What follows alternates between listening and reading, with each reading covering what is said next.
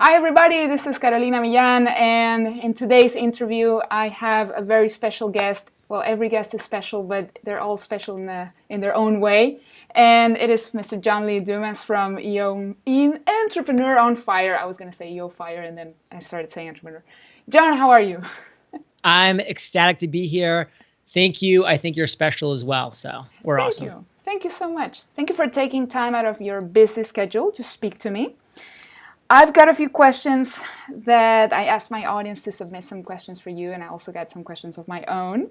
So let's go straight to it. So first of all, the first thing I want to ask you is about culture, because you have built something really amazing around your brand, around your personal brand, and around the podcast. And today we see more and more entrepreneurs doing that. Like, you look at Gary Vaynerchuk, you look at these people, they're all building culture. And Russell Brunson, I don't know if you know Russell too, but they're all building something like that. And so what would you recommend to somebody starting out? Like, first of all, how was that experience for you? And what would you recommend to somebody just starting out who doesn't have a big following? How can they build this culture?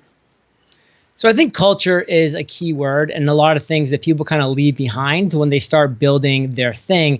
And that's kind of why from day one, I wanted to focus on my brands, because I knew that if I could bring the word entrepreneur on fire, EO Fire, Fire Nation, are you prepared to ignite? I could start to have people associating with excitement, enthusiasm, ignition, just all of these things that people could kind of understand and be a part of. And so as I was interviewing people, I wanted to kind of have this third door that was open. A lot of times it's just a one-on-one. It's like you and me chatting right now, and that's cool. But that's why you'll notice in my episodes, I actually kind of turn sometimes. I do an audio show, so you can't see me turn, but I kind of mentally turn and I say, so Fire Nation, I want to make sure that you get from that story this, and this, because I want them to know that I'm directly talking to them. And what that's doing is that's bringing them into our conversation. That's bringing them into our world. That's why I love that you ask your audience to submit questions. That's you bringing them into our conversation now, which is super cool. So building culture like that is very difficult, but it's special. So it's always including, it's always having that inclusive vibe, that third wall of your audience coming in and being part of your conversation. And that's big. And that's how you're going to build a culture that matters. How did you, but in your case, for example, was it immediately that you realized you were building this culture, or did you start improvising somewhere in the middle, or was it from the beginning you knew I'm going to build this culture? How was that? Well, I can tell you this. I mean, we all learn on the way, and I think there's a great quote by Martin Luther King, and he said, you don't have to see the whole staircase to take the first step. So I had ideas about what I wanted to build, but I didn't have all the answers. And I want to be clear on that, because I don't want people listening who are like, well, I don't have all the answers. I don't know the culture that I want to build. I don't want them not to start because of that, because the reality is you have to start. You have to just start. You have to take that first step. And then guess what? That next step will reveal itself to you. And sometimes you might have to take a step backwards because you made a wrong step, and that's okay. And then you can pivot, adjust, and move forward again. But the key thing is to take action, to take that first step. So you're not going to have all the answers when you start. I didn't have all the answers. Russell Brunson, Gary Vaynerchuk did not have all the answers, but we started and we've built something because we've learned along the way, and we've been open to learning too. I'm always engaging and asking my audience for feedback, for criticism, for ideas, and I'm listening and I'm applying. Mm-hmm. Exactly. Was your audience that came up with the Fire Nation, or did that just happen, or did you start calling it that? It wasn't my audience, but it was actually inspiration from looking at other people. For instance, we have Stephen Colbert had a show on the Comedy Central, a station here in the States, and now he actually has moved mainstream. But back then, I just remember him referring to his audience as Colbert Nation. And I was like, that's pretty cool, because, he had a very small show on a station that was in the 50s. It wasn't one of the major stations. It was Comedy Central. It was at a very obscure time. So he knew back then that he was building a small audience and looking to add to that by making them feel like they were part of something. And then he was able to build Colbert Nation into a big enough entity where people said, wow, this guy's doing something right. let's give him a shot at the big leagues. And now he's, one of the biggest of the bigs. Yeah. So I kind of saw that and saw like what Colbert was doing with his audience. And I said, let's build a Fire Nation. Brilliant. I think it's awesome. What would you tell somebody who, because I'm playing with the idea of doing a podcast, and I know tons of people are, and I think it's a very viable way to brand yourself and add value. But a lot of people, they always want to know, how do you start monetizing it? What would be like the right moment, or what would be the best way to do it? Do you have any advice for somebody who wants to monetize their podcast? Well, first off, I think that you specifically have to start a podcast immediately. And I don't say that to everybody, but I say that to you specifically because I'm assuming that your podcast would probably be Spanish speaking. I don't want to assume incorrectly, but both, which would be cool. But I think there's a massive gap, void, and opportunity for Spanish speaking podcasts that are out there because there's just not that many. It's like the 2012, when I started my English speaking podcast, like that's what it's like right now, even before that for the Spanish speaking podcast. So you have the ability to see into the future. Like, where podcasting is probably going to go in the Spanish speaking Latino market, because like you've seen where it's gone in our market, and you have the opportunity to see both sides of that equation. And so it's kind of like being able to look into the future. And so that's exciting because you can do a lot of really cool things and really plant your flag and do that land grab. And also have that opportunity to be bilingual, which is huge as well, because you can really be inclusive and doing some cool things within that.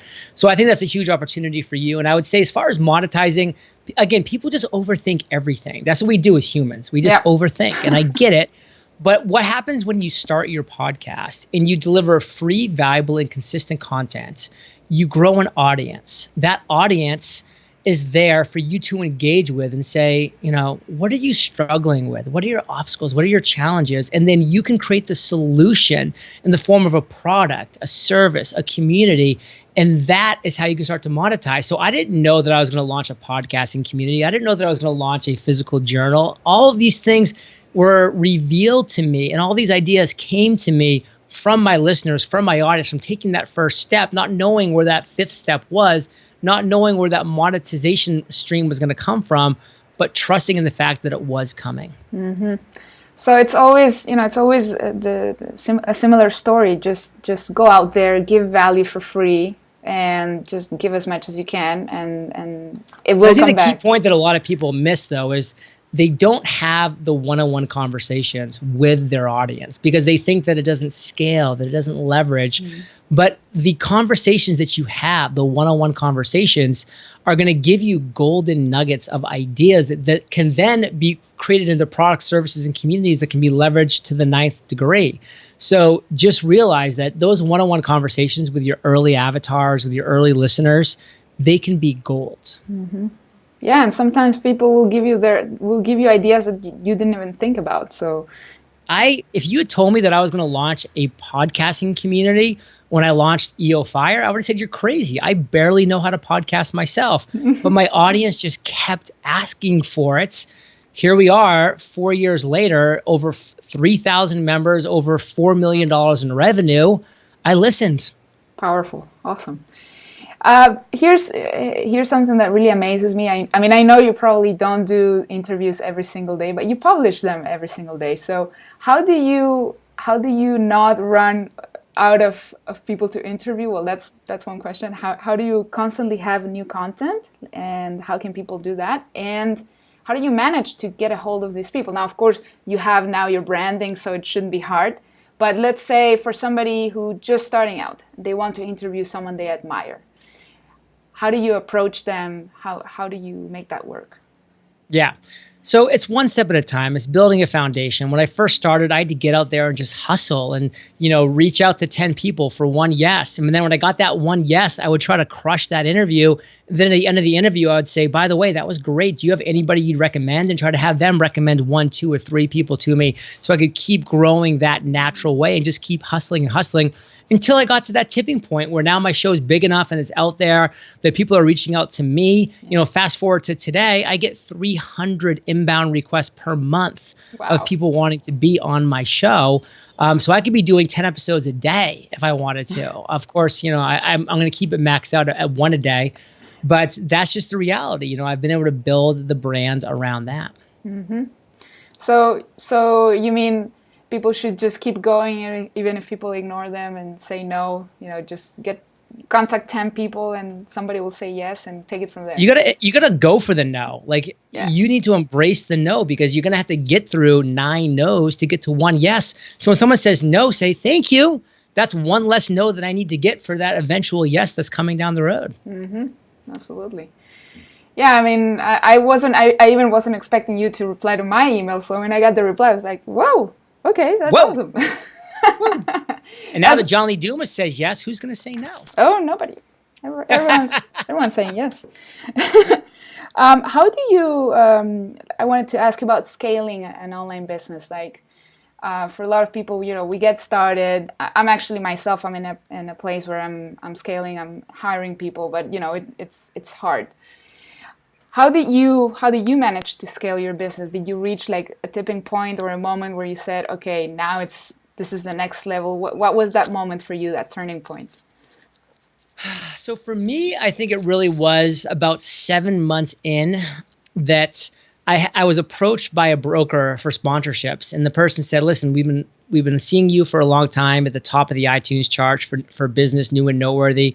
We've kind of wanted to explore getting business podcasts into our world. Would you be open to having some sponsors for your podcast? And we kind of talked the numbers, and next thing I knew, I had locked in sponsors for the next month at $12,000 for the month. And so I went from like this podcast that had made no money to now the next month I was going to be generating 5 figures of revenue just in that month alone.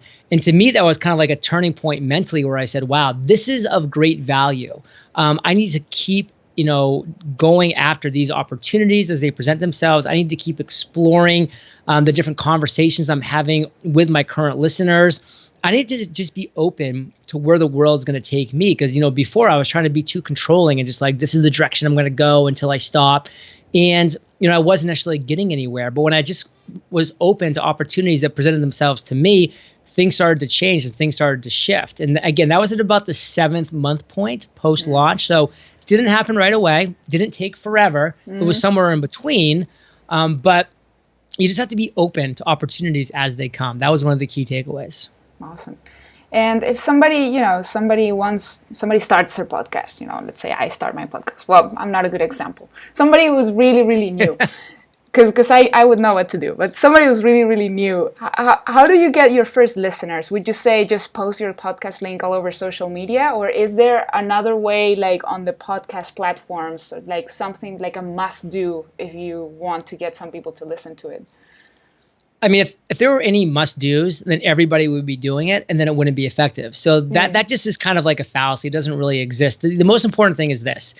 If you want to win at podcasting, you're going to create a unique podcast. You're going to create a podcast that people that listen to it are going to be like, I feel like this podcast was made just for me. Like when I launched EO Fire, it was because I wanted that podcast to exist, and it didn't. And people that heard about it for the first time was like, I've been waiting for a 7-day-a-week podcast because I drive to work every day. I go to the gym. Like I need more stories, more content than these once-a-week shows that, I have to sit around and wait 6 days for the next episode to go live. And then 30 minutes later it's done. Like that was the niche and the void that EO Fire filled. And I think that's really important for people to kind of grasp onto, is that is the reality of being unique, being different.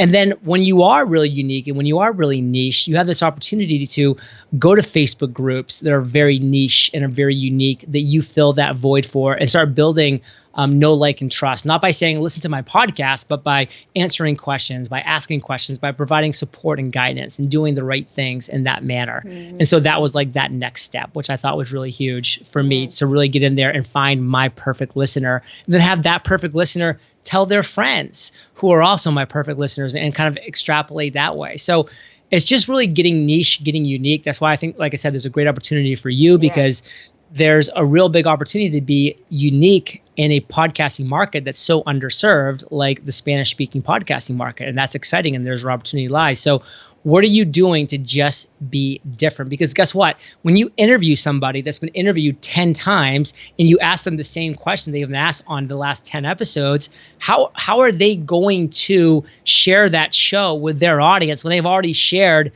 millions of times 9 other shows that they've said the exact same thing? They can't just share the same thing. So when I would have my guests share their worst entrepreneurial moments ever, that was a unique question. They had never answered that question before. It's why people that were getting off the show being like, wow, John, I've never shared that story before. I can't wait to share that with my audience.